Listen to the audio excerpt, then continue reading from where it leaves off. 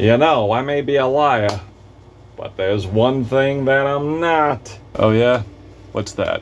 A bad dancer. You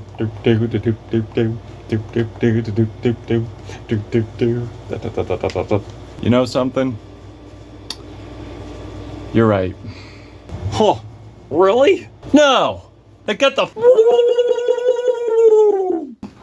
Hello one, hello all, it's the gothiest ghost of them all, Caspa in the flesh, and it's time for a review of Joanna Wang, Hotel Lorette. This is the 12th album from singer, songwriter, producer Joanna Wang, who has been at it for years now, and I mean since the late 2000s. And of course I had to go back and listen to her discography so that way I had an idea of what type of artist she was, where I could contextualize.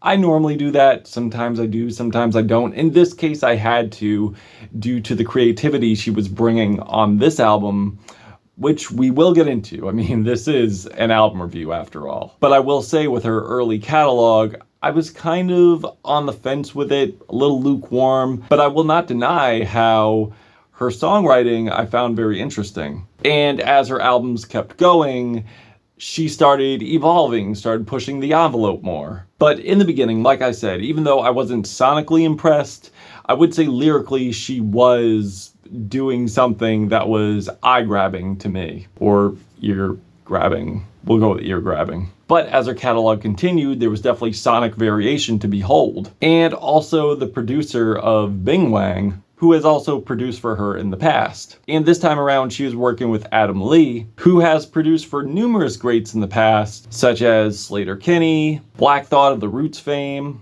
The Decemberists, which has led to this album here, which is a cohesive collection of sonic delights, of vignettes. The vocals, for the most part, are very intimate. The production, the sound, it sounds raw. However, there are points where the guitar can swallow things up. There can be audio bleed, especially on the opener, or some tracks could just be a little too short. But I do feel that if we're talking about production here, the production does give Joanna, when this thing hits, a lot of space. Also, I love how the hooks and the melodies and the instrumentation carry such personality to have the track be its own thing, and certainly carry a lot of humor as well, especially with the title track being named and based after a very hilarious Kids in the Hall sketch, which features this French woman obsessing over this guy, wondering where he could be, who he's with, what is he thinking, is he thinking of her? The whole thing plays out into a varied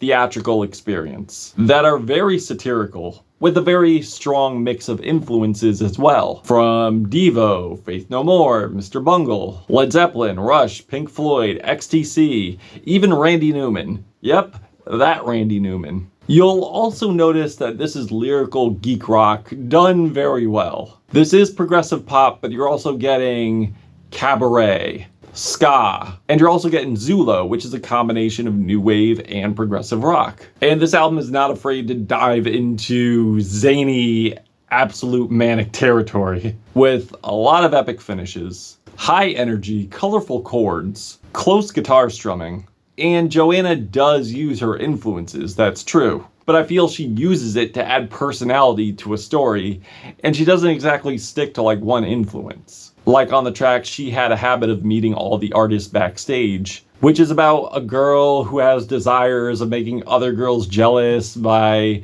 meeting with other celebrities and stars and saying like, oh yeah, I know them, and pretending she has a close personal connection with the artists. And when she puts on an outfit to meet them, she pretends like she wore the outfit specifically for them. It's very humorous, very funny. And this whole album is 51 minutes, but a majority of the tracks for the most part run pretty short. I would say the longest track here is Strange Beast, which I would say probably has one of the most climactic finishes to the record.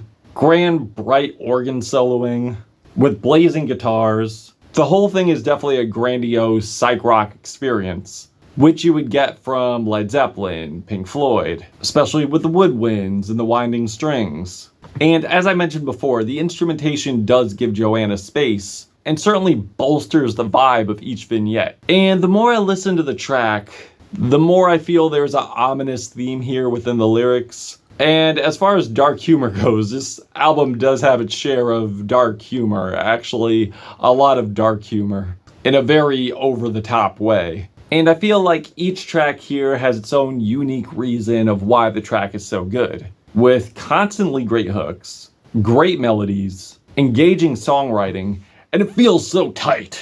And a highlight for me that really grabbed me and also correlates to another portion of this album, more on the back end, would be She Smiles in a Memory. I love the jittery rhythms, hand percussions, pumping bass. It's almost jangly and synth poppy in a way. And I love the ascending backing melodies that color the hook.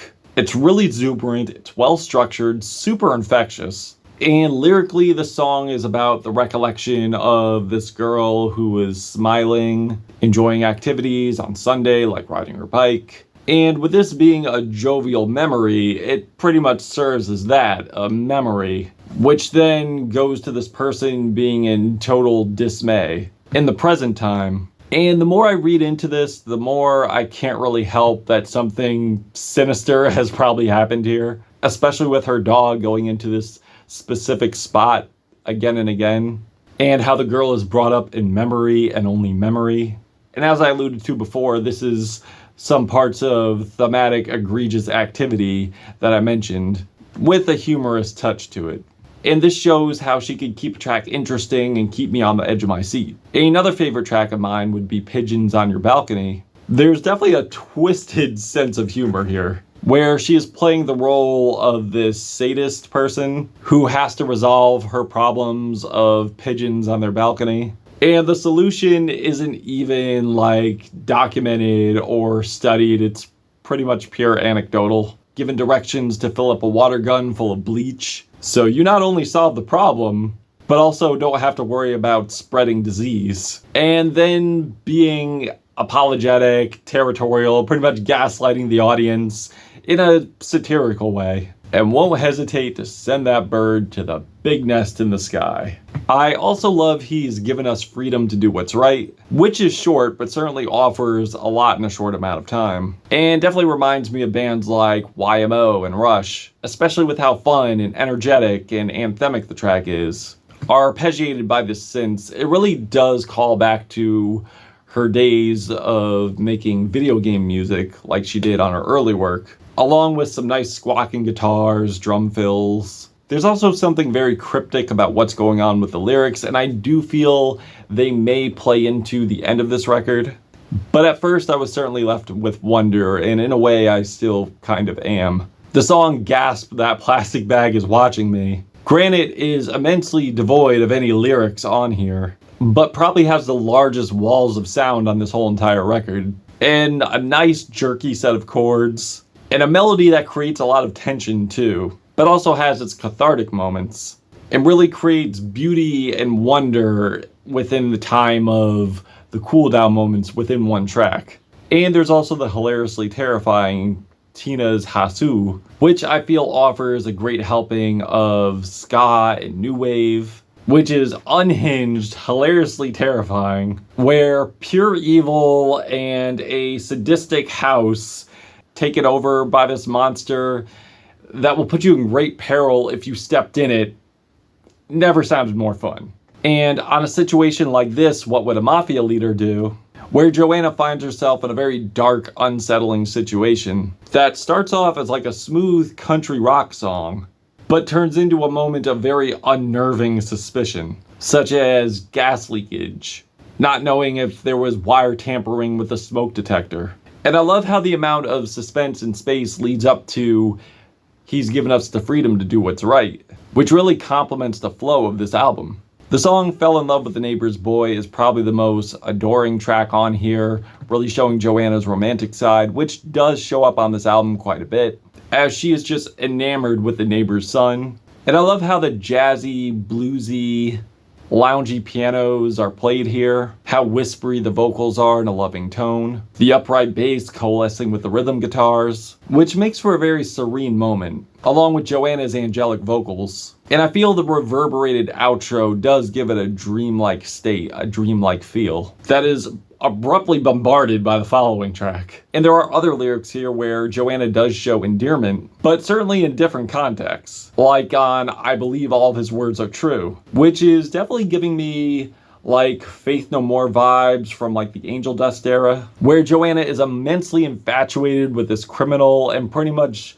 blinded by attraction that even though she has been told this man has done heinous crimes, which isn't really stated on here. And I love the emotional syncopation here, even if this is a problematic scenario. How each set of lyrics does complement the instrumentation. It really does show Joanna's execution of being creative and making the story very compelling as well. To also keep the listener engaged. And emotionally invested. And there's also People Don't Eat Dinner by Themselves, which is another country style song on here. Definitely one of those Western movie styles. With the inclusion of these really great sight chords, the way it coalesces together, it's almost rockabilly-like. And with the driving feel this has, and the chord progression this has, this does come off as kind of a montage, which segues fantastically into a situation like this. What would a mafia leader do? We also have Fancied by a Celebrity that has this drunken saloon style with a lumbering groove that definitely comes off as Randy Newman.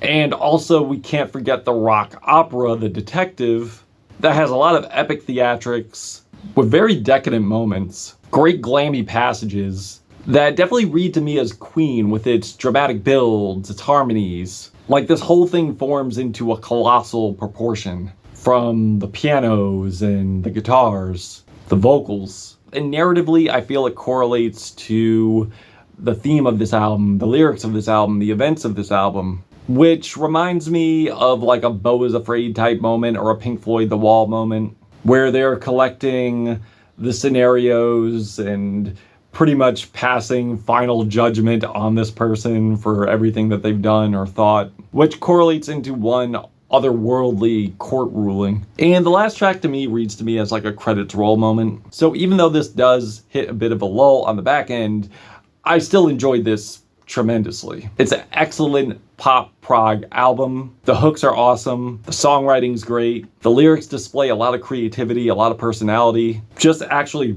booming with personality from every direction. It's fun, a lot of genre variation, far from basic, but still fun, still accessible. And depending on your sense of humor and depending on how you like your albums, if the song lengths aren't too short for you and you have an appreciation for theatrics and skits and, again, various genres, this album could be for you. If not, that's fine. But I certainly love it.